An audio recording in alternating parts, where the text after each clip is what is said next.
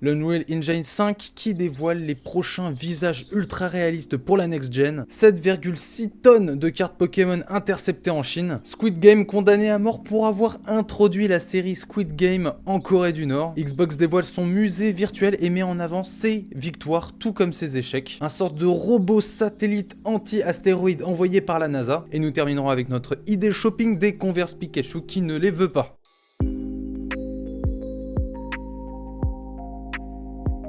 Si vous êtes comme moi et que vous êtes encore un peu dubitatif vis-à-vis des graphismes de la nouvelle génération, et bien cet article est fait pour vous. Nous parlons ici de Ziva Dynamics, qui est un studio entièrement dédié à la conception d'outils informatiques mis à disposition des développeurs de jeux vidéo et d'autres projets cinématographiques. Plutôt doué, la firme a déjà présenté une impressionnante technologie servant à la déformation des muscles en temps réel, d'ailleurs reprise par Insomniac Games pour la version PS5 de Spider-Man Miles Morales. L'entreprise a également collaboré avec de nombreuses maisons pour de multiples blockbusters comme du Godzilla vs King Kong, du Venom, du Suicide Squad, du Captain Marvel. Mais aujourd'hui, ils ont développé un petit bijou de technologie appelé ZRT Face Trainer. Comme son nom l'indique, il s'agit d'un outil dédié à l'animation faciale. Ce Face Trainer qui fonctionne à grands coups de machine learning, tu le couples avec un petit Unreal Engine 5 et un peu de motion capture et voici le résultat. Pour faire fonctionner ce bordel, il ne faudra pas moins de 15 téraoctets de données de numérisation 4D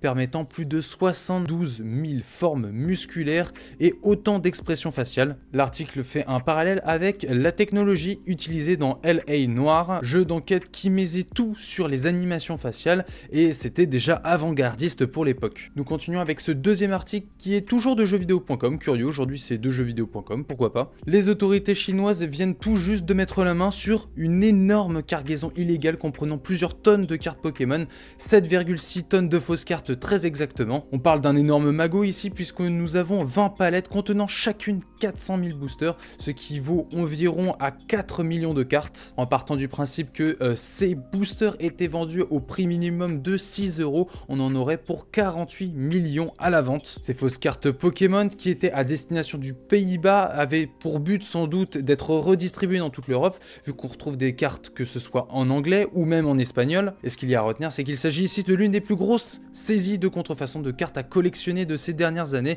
et sans doute pas la dernière au vu de l'engouement des cartes que nous pouvons retrouver aujourd'hui. Nous continuons avec une actualité rapide mais pas forcément des plus joyeuses puisque un homme a été condamné à mort en Corée du Nord pour avoir introduit la série dans le pays. C'est le média américain Variety qui rapporte qu'un étudiant qui avait fait rentrer des copies de la série de Squid Game et qui a été jugé coupable a été condamné à mort. Et outre cette sentence, l'agence de presse RFA pour Radio Free Asia explique qu'un étudiant ayant simplement acheté une clé USB contenant la série a été condamné à la prison à vie et que 6 autres personnes qui ont juste regardé la série ont reçu eux 5 ans de travaux forcés. On marche sur la tête, vraiment. Nous continuons avec Xbox et le musée virtuel met en avant les échecs et les victoires. Il n'y a pas marqué, mais ça montre surtout les victoires en fait. Totalement assumé de Xbox.